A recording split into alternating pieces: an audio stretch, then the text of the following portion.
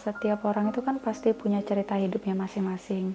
Tiap orang juga pasti ada masalah dalam hidupnya. Karena yang namanya masalah itu udah termasuk bagian dari cerita hidup kan. Terlalu mustahil kalau ada orang yang bilang dia nggak pernah ngerasain masalah di dalam kehidupannya. Terus yang sering jadi kebiasaan kita itu kalau lagi ngehadapin masalah gitu kan, yang lagi dateng, kadang mungkin suka mikir, kenapa ya hidup aku tuh nggak kayak orang-orang yang di luar sana gitu. Kok hidup orang di luar sana tuh kayaknya enak gitu daripada kita. Tapi bisa aja orang-orang di luar sana itu yang kita anggap hidupnya enak juga mungkin pernah ngalamin hal yang sama kayak yang kita rasain kalau lagi didatengin sama masalah. Mungkin sebagian dari mereka itu juga pernah ngomongin kayak gitu, cuman kan kitanya aja yang nggak tahu. Ya namanya hidup pasti ada aja lah masalah yang datang gitu kan, dan yang pasti itu ngefeknya jadi kesedihan di diri kita. Dan tiap orang atau tiap anak itu punya caranya tersendiri untuk ngeluapin kesedihan itu. Ya minimal kita pasti tahulah cara meminimalisir kesedihan yang udah kita dapetin itu.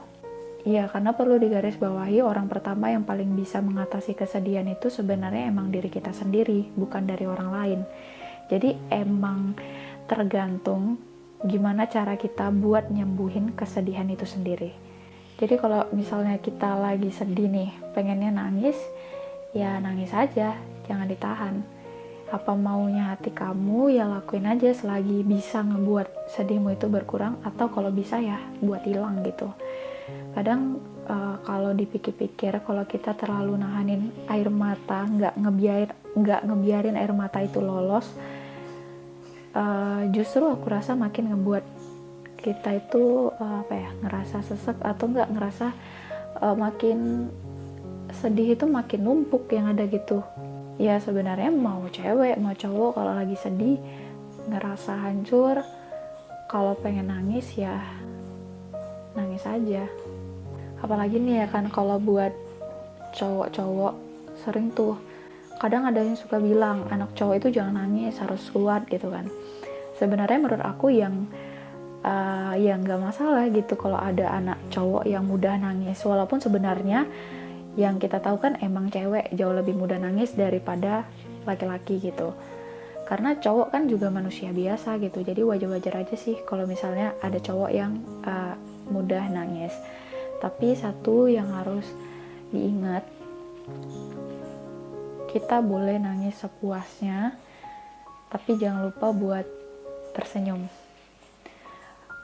Walaupun dalam kondisi hati yang mungkin masih belum tenang, karena ya itu tadi, nangis berlarut-larut juga nggak baik sebenarnya.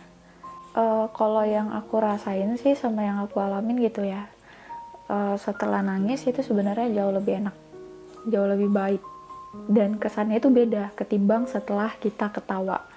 Walaupun sebenarnya dalam sehari-hari kita lebih banyak ngeluarin tawa daripada tangis ya kan, tapi emang lebih terasa enak aja gitu sih di posisi itu setelah nangis. Itu sih bagi aku, nggak tahu kalau misalnya bagi kalian itu gimana.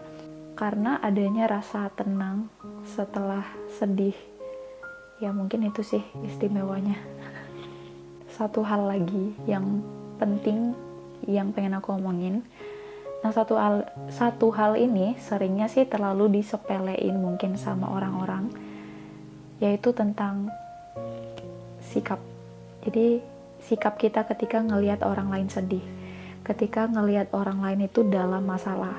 Jadi emang sebagai manusia selain harus bisa tahu nih cara menyikapi kesedihan diri sendiri gitu kan, kita sebenarnya juga perlu tahu gimana cara menyikapi kesedihan orang lain atau teman-teman yang kita lihat ya bisa dibilang lagi curhat lah sama kita gitu.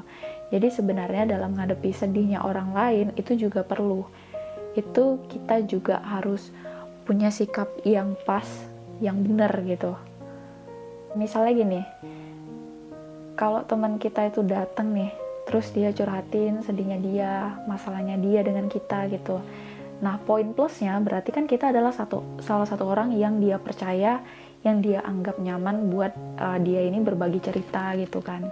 Nah, kalau dia udah nyeritain masalahnya dia ke kita nih, curhatnya dia, jangan pernah bilang masih banyak orang lain yang lebih sedih dari kamu, atau enggak masih banyak masalah orang lain yang lebih parah dari masalah kamu. Jangan sih. Jangan pernah sekalipun ngeluarin kalimat itu di depan teman atau orang yang lagi curhat sama kita. Alasannya itu sama sekali nggak ngebantu dia. Yang ada kalimat itu tuh jatuhnya kayak seakan-akan cuma orang yang punya masalah segede gunung yang boleh sedih, sedangkan yang segede kapal itu nggak boleh. Jadi jangan pernah kasih respon lebih ke ngebanding-bandingin tentang masalah antara si A sama si B gitu. Nah terus, jadi kalau ada orang yang curhat ke kita tuh, selain harus jadi pendengar yang baik, kita juga harus bisa memvalidasi emosi mereka juga, atau enggak minimal ngebantu ngurangin sedihnya mereka gitu. Yang misalnya ya yang sabar ya, kamu pasti kuat gitu, atau enggak ya masalah kamu berat tapi aku percaya kamu pasti bisa ngelewatin semuanya. Ya pokoknya respon yang benar-benar bisa ngebantu dia gitu setelah dengar curhatnya dia ke kita. Jadi kalau bisa sih kita kasih solusi juga, dan diakhiri dengan kayak ucapan terima kasih, makasih ya udah curhat ke aku gitu. Ya selebihnya mungkin kalian bisa bilang kalau sedih jangan ragu buat cerita ke aku lagi. Jadi kita sebagai sesama manusia memang harus bisa ngertiin orang lain juga apapun masalah yang mereka ceritakan. Ya mungkin lebih tepatnya kasih respon yang ngebantu, sebagaimana kita juga pengen dapetin hal itu juga ketika kita lagi curhat masalah kita ke orang lain gitu. Ya yang penting jangan sampai curhat sama orang yang salah. Jadi emang harus bener-bener cari orang yang tepat. Nah, orang kan punya caranya tersendiri ya kan, gimana cara dia ngeluapin sedihnya. Ada yang emang sukanya curhat langsung ke temen, ada yang nulis di buku harian, ya macem-macem lah.